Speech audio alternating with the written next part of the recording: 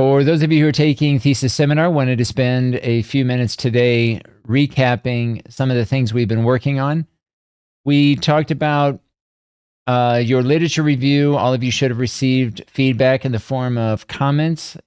And so I would begin working and making those changes based on the comments that I left in your Word document, as well as anything we talked about in our tutoring sessions.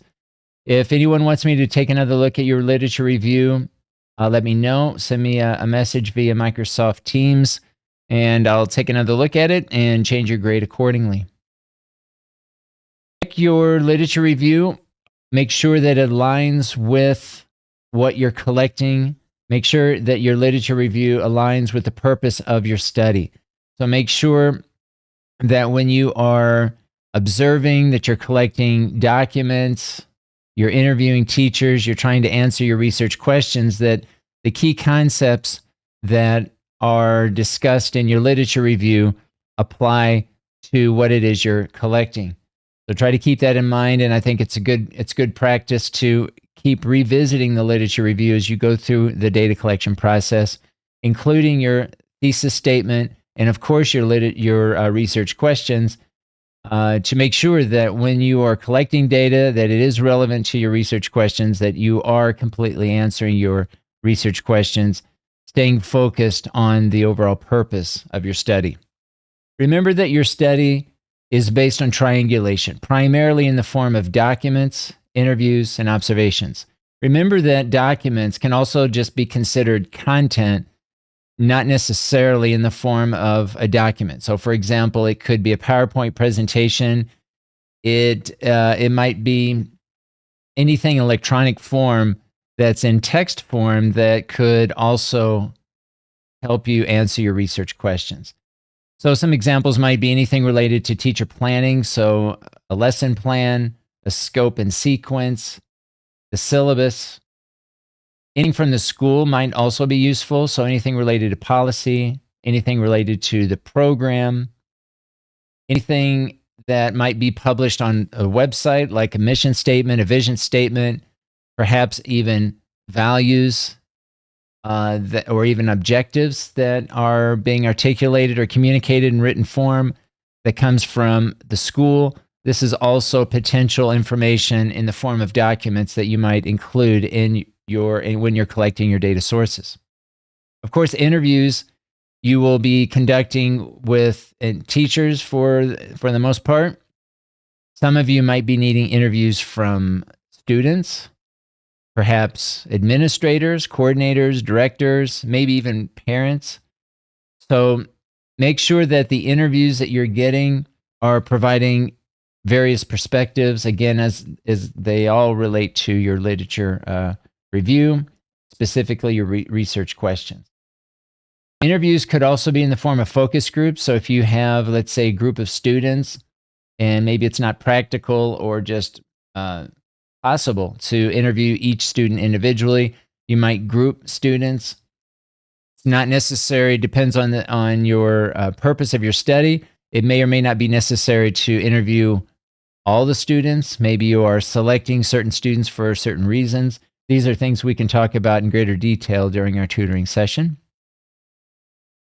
Remember that interviews could also be in the form of a stimulated recall, where, let's say, you show a video during the interview and you're asking very specific questions about what was being observed or what was happening in the classroom.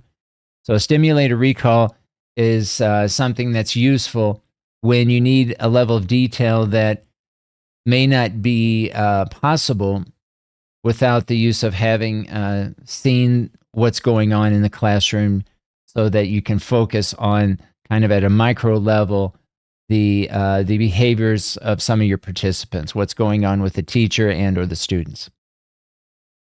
Observations. These are going to be teacher observations of the classroom experience. A lot of times students will be asking how many observations are necessary. And the idea is that we're taking it week by week. And as you're collecting data, you'll soon see how much information you're getting that's relevant to your research questions. And usually after we get into the data collection process, after a week or two, you're able to get a better idea about how many observations that you're going to end up needing. I would recommend at this point, as we're finishing with week 7, starting week 8, everyone should be now getting into the classrooms and starting the observations if you haven't already. If you are getting into a classroom, let's say your class meets only 3 times a week, then it's going to be important to really take advantage of the rest of the weeks that we have available, basically 4 more weeks to collect as much information as possible. Obviously, if your class meets more than 3 hours a week, that's going to give you more time to observe. But remember that when you're in the observation process, when you are in the class and you're using an observation sheet, you're basically recording what you see. You're recording behavior, specifically what the teacher's saying and doing and what the students are saying and doing. And I would suggest avoid analyzing your data until the class is over. When the class is completed and you've completed your field notes, then I would go back with the recording, preferably a video recording of the class, and use those 2 sources of information then to begin your analysis. And I would think of your week-to-week process as you're collecting data as follows. You're collecting new information for the week in the form of documents, interviews, and observations. Analyze your information to see what you have, to see how it answers your research questions, and what kind of questions it generates for future information that you still need. The third part is to then determine what else you need to better answer your research questions, again, in the form of documents, interviews, and observations. I would follow this process each week. Collect the information, analyze it, and then determine what you still need to, again, better answer your research questions. The idea is that you are answering to the best of your ability your research questions so that you stay on topic. And again, you're triangulating the information to get different perspectives.